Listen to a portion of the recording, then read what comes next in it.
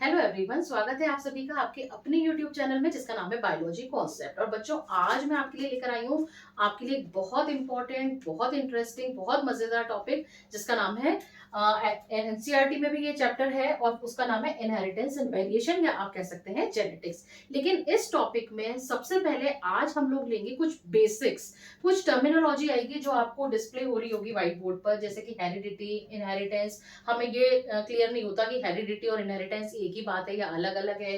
Hybrid क्या होते हैं, फैक्टर क्या होते हैं, एलील क्या होता है, जीनोटाइप और फिनोटाइप। आज के वीडियो लेक्चर में मैं इन टर्मिनोलॉजी को क्लियर करूंगी। तो आइए शुरू करते हैं ये प्यारा सा टॉपिक। सबसे पहले हम लोग देखेंगे हेरिडिटी। देखो, हम लोग ये बचपन से पढ़कर आते हैं कि भाई जो एलिफेंट का बच्चा एलिफेंट ही होता है। जब हम आम का बीज बोते हैं तो आम का प्लांट ही हमें प्राप्त होता है। तो और आदमी का बच्चा एक एक बच्चा ही होता है, आदमी का ही होता है। तो वो मतलब ऐसा नहीं होता कि कुछ और आ जाए मतलब कि कहने का है कि हम जैसा बीज बोते हैं वैसा ही हमें फल मिलता है, कहने का मतलब ये है। तो ये सब आखिर होता कैसे है? तो पेरेंट से ऑफस्प्रिंग्स में कैरेक्टर कैसे ट्रांसमिट होते हैं, कैसे इनहेरिट होते हैं, क्या वेरिएशंस आते हैं। तो विज्ञान की वह शाखा जिसमें कि हम क्या स्टडी करते हैं, हेरिडिटी का स्टडी करते हैं, कैसे पेरेंट्स से ऑफस्प्रिंग्स में कैरेक्टर्स का ट्रांसमिशन होता है, उसको हम क्या कहते हैं, हेरिडिटी कहते हैं। ठीक है।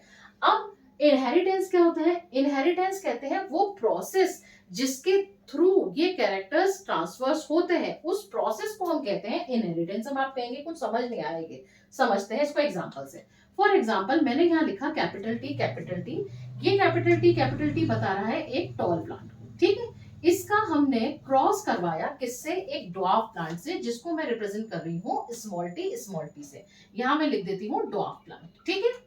अब जब इसका क्रॉस हुआ तो F1 जनरेशन में हमें मिला कैपिटल टी स्मॉल टी। अब मैं आपको यहाँ बता दूं, यहाँ से मैं तीसरी टर्मिनोलॉजी भी क्लियर कर रही हूँ। ये कैपिटल टी स्मॉल टी क्या कहलाएगा? हाइब्रिड, या इसको आप कह सकते हैं हेट्रोजाइगस। ठीक है।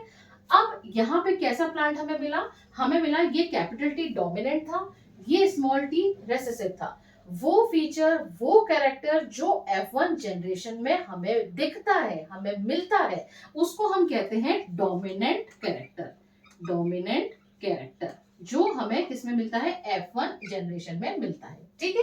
और जो अपीयर नहीं होता, यानी कि यहाँ पे क्या अपीयर नहीं हुआ, हमें प्लांट कैसा मिला? हमें प्लांट मिला टॉल। हमें क्या नहीं मिला? हमें डॉर्फ प्लांट नहीं मिला। तो डॉर्फ प्लांट नहीं मिला तो उसको हम क्या कहेंगे कि डॉर्फनेस कैसा कैरेक्टर हुआ? रेसेसिव कैरेक्टर हुआ। अब जब इस टॉल प्लांट का हम सेल्फ क्रॉस करवाते हैं, कैपिटल टी स्मॉल टी का सेल्फ क्रॉस करवाते हैं, तो अब देखो कैसे होगा क्रॉस। इस कैपिटल टी का पहले इस कैपिटल टी के साथ फ्यूजन हुआ तो क्या मिला? Capital T capital T. ये कैसा प्लांट होगा? टॉल। उसके बाद क्या हुआ? ये वाले कैपिटल टी का इस छोटे वाले कैपिटल टी से क्रॉस हुआ तो क्या मिला? Capital T small T. ये भी कैसा हुआ? टॉल। भले ही हेट्रोजाइगस है लेकिन हुआ तो टॉल। फिर उसके बाद इस स्मॉल टी और इस कैपिटल टी का फ्यूजन हुआ तो क्या मिला? वापस से टॉल प्लांट मिला।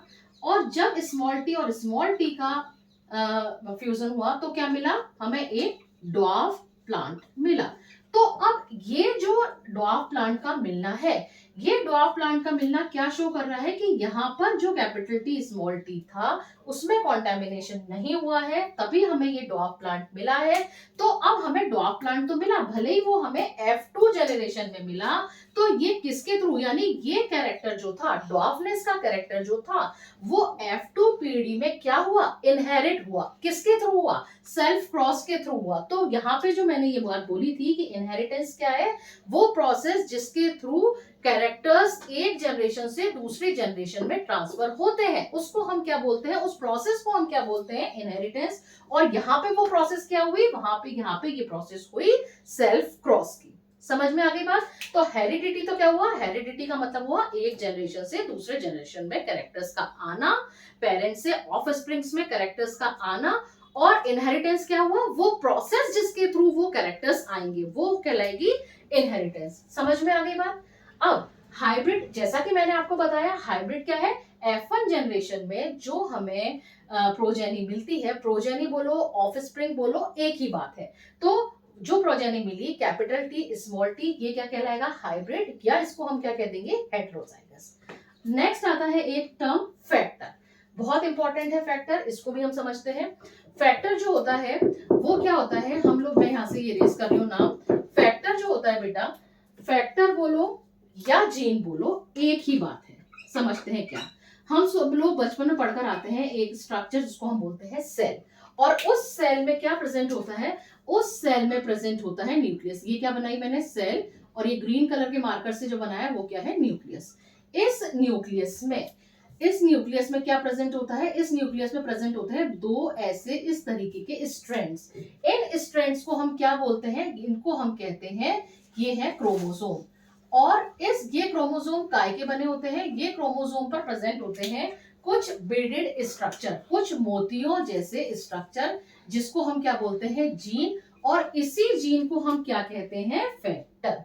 तो फैक्टर बोलो या जीन बोलो या हेरिडेटरी मटेरियल बोलो, या आप कह सकते हैं डीएनए की बनी हुई यूनिट बोलो, वो एक ही बात है और वो क्या कहलाएगी, फैक्टर। अब नेक्स्ट टर्म आती है एलील। एलील हम किसको बोलते हैं, एक ही जीन के दो कॉन्ट्रास्टिंग कैरेक्टर, जो एक गुण को, एक कैरेक्टर को रिप्रेजेंट करे। बहुत सारी टर्मिनोलॉजी हो गई, पता नहीं क्या बोल दिया मैंने, वापस समझो क्या चीज बोली। एलील हम किसको बोलते हैं बच्चा, एलील हम बोलते हैं, क्या बोला मैंने, एक कैरेक्टर। सपोज कैरेक्टर मैंने लिया हाइट, ठीक है, कैरेक्टर मैंने लिया शेप ऑफ सीड, कैरेक्टर मैंने लिया कलर ऑफ सीड, ये तो हुआ कैरेक्टर। अब इसके कॉन्ट्रास्टिंग कैरेक्टर क्या होंगे, हाइट, प्लांट की टॉल भी हो सकता है प्लांट, तो मैं कह दूंगी कैपिटल टी। प्लांट डॉफ भी हो सकता है, तो मैं क्या कह दूंगी, स्मॉल टी। तो ये कैपिटल टी और ये स्मॉल टी कैसे हुए, कॉन्ट्रास्टिंग हुए, विरोधाभासी हुए, विपर्यासी हुए, तो उसको हम क्या बोल देंगे कि ये एक दूसरे के क्या हुए, एलील हुए।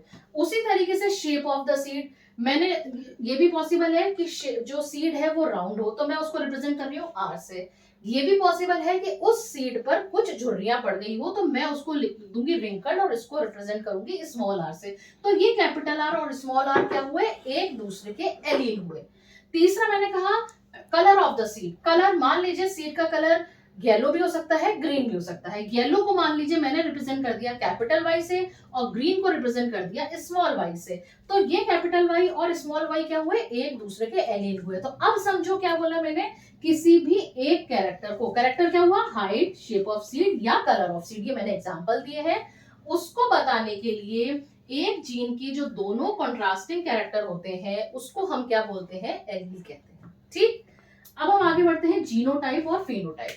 जीनोटाइप का मतलब होता है किसी भी ऑर्गेनिज्म का जेनेटिक मेकअप। अब जैसे अगर मैं कह रही हूं कि कोई प्लांट है वो टॉल है, तो मैं क्या बता रही हूँ, उसकी एक्सटर्नल अपीयरेंस बता रही हूँ। अगर मैं कह रही हूँ कि कोई प्लांट जो है वो ड्वार्फ है, तो मैं क्या बता रही हूँ, उसकी एक्सटर्नल अपीयरेंस बता रही हूँ। तो एक्सटर्नल अपीयरेंस को तो हम क्या कहते हैं, फिनोटाइप। लेकिन अगर मैंने ये कह दिया कि कोई प्लांट है उसका कंपोजिशन क्या है, कैपिटल टी स्मॉल टी है, तो यानी मैं क्या बता रही हूँ, उसका जेनेटिक मेकअप बता रही हूँ। अगर मैंने कह दिया कि स्मॉल टी है कोई प्लांट, तो इसका मतलब मैं क्या कह रही हूँ, मैं उस ड्वार्फ प्लांट का जीनोटाइप बता रही हूँ, उसका जेनेटिक मेकअप बता रही हूँ। तो वो जीनोटाइप क्या होता है, जेनेटिक मेकअप। फिनोटाइप क्या होता है, उसकी एक्सटर्नल अपीयरेंस। अब एक इंपॉर्टेंट बात, होमोजाइगस और हेट्रोजाइगस, ये एक इंपॉर्टेंट टर्मिनोलॉजी और है। होमोजाइगस, जब मान लीजिए कि कोई भी कैरेक्टर है, उसके दोनों जीन, उसके दोनों एलील कैसे हो, सेम हो, तो उसके जब दोनों एलील सेम हो तो हम उसको क्या कह देंगे, होमोजाइगस। यहाँ पे भी कैसा हो गया, ये स्मॉल टी होमोजाइगस। और अगर किसी भी जीन के दोनों एलील अगर क्या है, वो अपोजिट है, अपोजिट का मतलब है कि ये कैपिटल टी है, ये स्मॉल टी है, तो हम उसको क्या कह देंगे, हेट्रोजाइगस, यानी सेम नहीं है। अपोजिट ना कह के हम कह देंगे सेम नहीं है। अगर सेम है तो होमोजाइगस, एक जीन के दोनों एलील, और एक जीन के दोनों एलील अगर क्या है, डिफरेंट है, तो हम उसको क्या कह देंगे, हेट्रोजाइगस। एक और इंपॉर्टेंट टर्मिनोलॉजी, जो कैरेक्टर अपीयर होगा F1 जनरेशन में उसको हम कहेंगे डोमिनेंट कैरेक्टर, जो अपीयर नहीं होगा उसको हम कहेंगे रेसेसिव कैरेक्टर।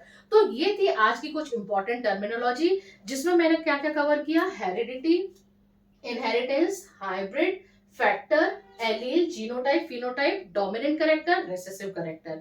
अगर आपको इसमें कहीं भी कोई डाउट हो तो आप प्लीज मुझे कमेंट करके पूछ सकते हैं। और हाँ, एक बात और, मुझे आगे और किन टॉपिक्स पर वीडियो बनाना है, आपको कौन सा टॉपिक और मुश्किल लगता है, मैं पूरी कोशिश करूंगी कि उसका पूरा अच्छे से वीडियो बनाऊं और आपको क्लियर करूं।